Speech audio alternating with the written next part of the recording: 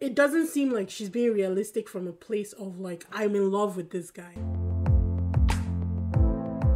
Hi DVDers, welcome back. If it's your first time, my name is Talia Adewale and this is DISBYDEM. Today I'm talking about episode 12 of Love After Divorce. Be sure to like, subscribe, hit that notification bell so you know when I post new videos. And remember, it's race to 5,000 by the end of the year. So for every round number 1,000 subscribers you guys get me, I will be doing a horror movie of your choosing. Yay. Anyways, let's dive on into this. The episode was over an hour, but I don't think there was much that went on in this episode. It was still part of day 1 of the cohabitation and then spilling into day 2. But they started out with JIMI and Heejin back in Korea, and there is a discussion. I feel like she's got one foot in and one foot out. And she does like kind of allude to it during this episode, but I started worrying for JIMI in this episode, people, and I've been so preoccupied with Jerome and Benita that I haven't even looked closely at JIMI and Heejin, and I am starting to worry for JIMI. Anywho, they're on their first date and they're just chilling in the yacht. I don't know where this is. They're on a boat, people. And they're talking, and he says anywhere that she is home for him, and they kind of bond over them being abroad and their parents being in Korea, because JIMI is a single kid. He's in New York, his parents are in Korea, and then Heejin's dad for some reason can only spend 10 days in Canada. They don't really go into it, but I'm pretty sure it had something to do with visa problems. So his Heejin, her mom, and her 2 sisters have always been in Canada while he has been in Korea, and he just comes to visit like every so often. So they kind of bond over that, like worrying over their parents, and I kind of understand that aspect of things. And then out of nowhere, JIMI says, do you want to move to Korea? Because we can live in Korea if that's what you want. And she doesn't really say anything, like she's kind of taken aback. And I feel like every single time that JIMI asks these questions where he's kind of like, okay, let's move on together, let's plan our future together, she's always taking aback because she hasn't thought that far. I don't know that she thinks of herself like in the future with JIMI, and that is where I was like, oh my god, I'm worried. Anyways, they go back home and they do this marriage compatibility test. I can't recommend those for any reason. They cause more trouble than they solve every single time. If you have an example of when these tests have worked out for anybody, please put it in the comment section, because my experience with all these tests, they always cause more trouble than they solve. And true to form, they fill out their test and now they're swapping answers. For the first question, it was partner type, and under JIMI wrote down for Heejin, cute, sexy, prettiest in the world, beautiful. Heejin wrote for JIMI, cute, charming. There was no sexy, and he was like, what, no sexy? He seemed very hurt by that, by not having that option for him. It only got worse from there, people. Second question was strengths and weaknesses, and JIMI wrote for her strengths, warm hearts, cares about people, listens, always on JIMI's side, so always on my side, prettiest, and for weaknesses, he wrote no weaknesses. Heejin's turn, she wrote for strengths, open and honest about his feelings, he's simple and considerate. That he's simple was kind of like a yellow flag, but I was like, I guess you can say someone's simple, so maybe when they're just easy to get along with, as opposed to being simple-minded, I guess. I don't know, you can take that however you want. And for weaknesses, she wrote, he's all over the place, he forgets things, when he thinks something is right, it is right. There's no deterring him or changing his mind. He doesn't give in easily. He was not pleased. JIMI is so caught up in like the honeymoon phase where it's like Heejin can do no wrong, but Heejin is not in the same place as him. Honestly, I feel like Heejin is on a certain chapter of her book and JIMI is in a different book entirely. The third question was documents that they would like to see before they get married. JIMI wrote medical records because he will want to take care of Heejin if anything should pop up. And Hijin wrote medical records and credit report. I like Hijin though. She's being like ultra realistic, but my own problem is that she's not. It doesn't seem like she's being realistic from a place of like, I'm in love with this guy. It's almost like, I'm gonna check my P's and my Q's and make sure that everything is in order, and then I'll decide if I'm gonna fall in love with him. That's the whole scenario that I was getting from everything that was going on between the two of them. Last question is, and this was a question that like really put Jimmy in like dun dun dun mode. It was, when you would like to get married. Jimmy wrote down that he will like to have a conversation with his partner first, and then they can decide after that. Hijin said she's only thinking about living together and not getting married right now. And I wrote down, oof, because that was a blow to Jimmy. Jimmy was not ready for that. And it made me wonder why Hijin decided to go on the show. Like, you could have gone on any old dating show and be okay with that. But this show is specifically designed for people to date and get married, because that's what they're looking for. So now it's kind of making me look at Hijin side eye, and I'm like, so what was your intention? Because your dad said you should go on the show, and that's why you decided to go on the show. You have no intention of actually getting married.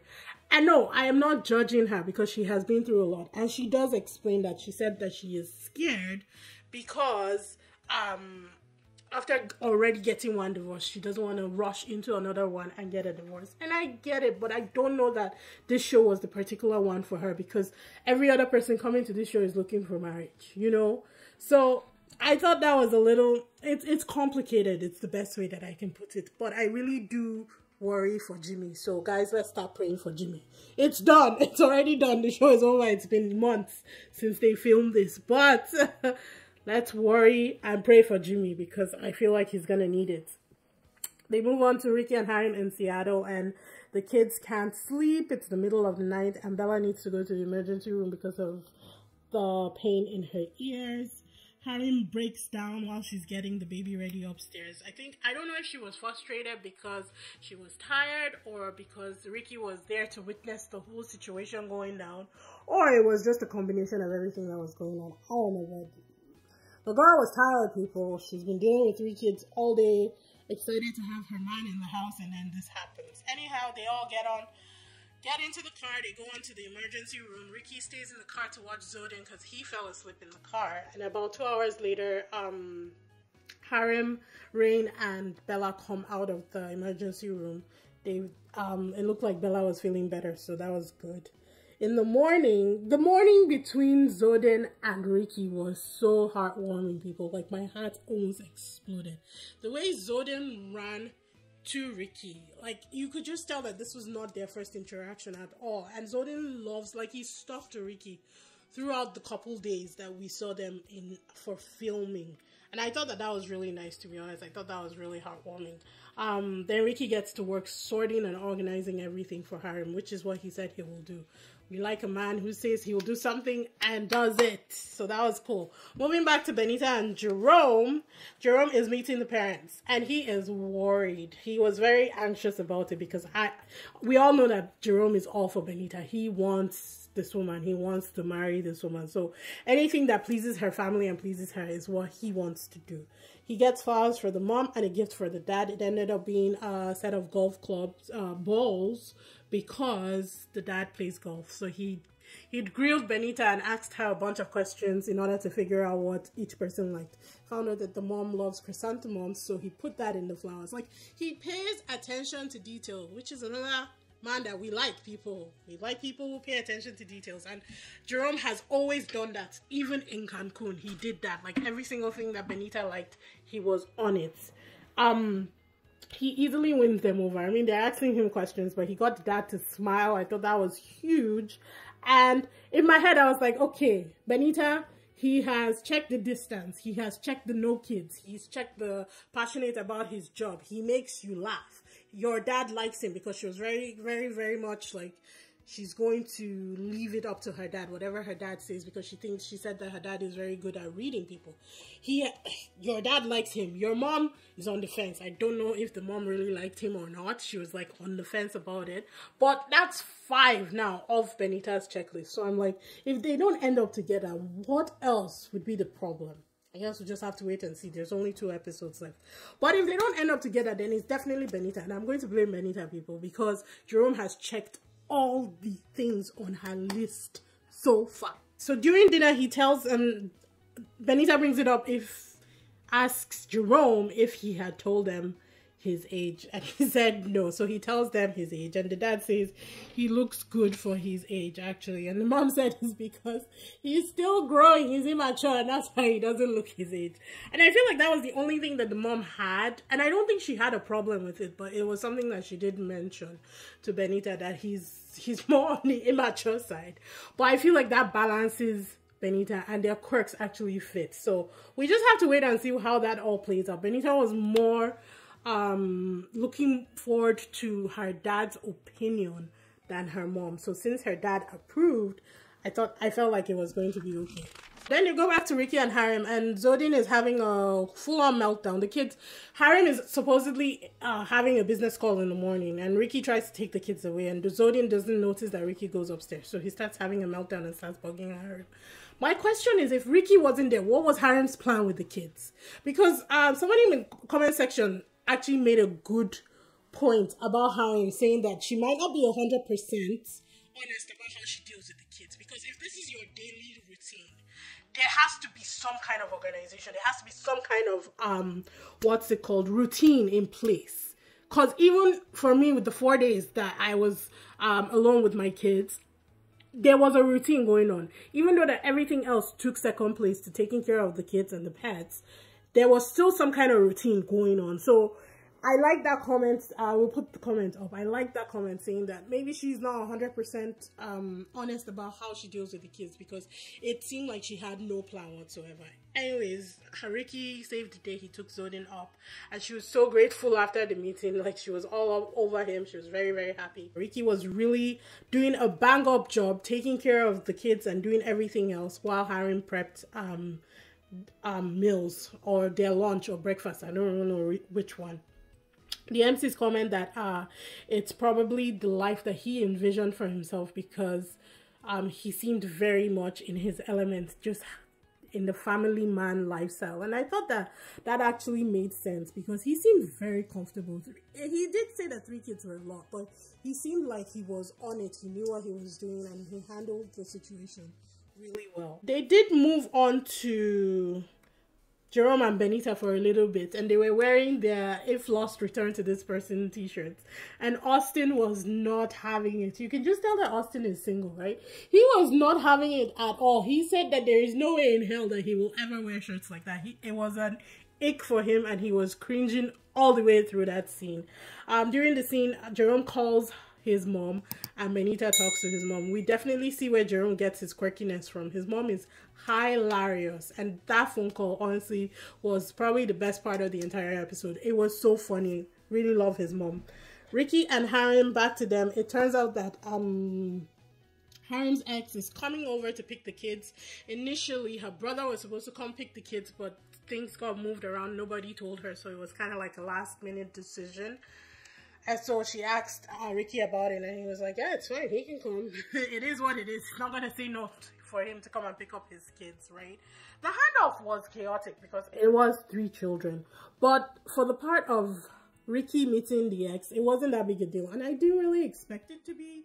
They are in the United States after all. It's a different culture than from South Korea, right? So the MCs were really shocked about how smooth everything went, where nobody was throwing hands or anything. And Austin explained that, yeah, it's the United States. This is it's the norm. You know that your ex would come around, and you know that your previous partners have new partners. It's just the way it is. Like, in the end, Ricky and the ex even shook hands, and the MCs were like mind blown. They said that this is the first scenario where they've even seen an interaction between exes and current spouses. So they were really like over the moon about this whole interaction. And that was kind of the end of the episode. They do allude to the previous friends from Dolsing House coming over to visit Jerome and Benita. We get to see Tom, Sora. We get to see Sora again. I was so happy. And what's her name? We saw Dewey, and then we saw Jisoo. I almost forgot her name. God. And it looks like Harem and Ricky get into a fight. Maybe this is where we'll see Jerome's temper that Benita was alluding to.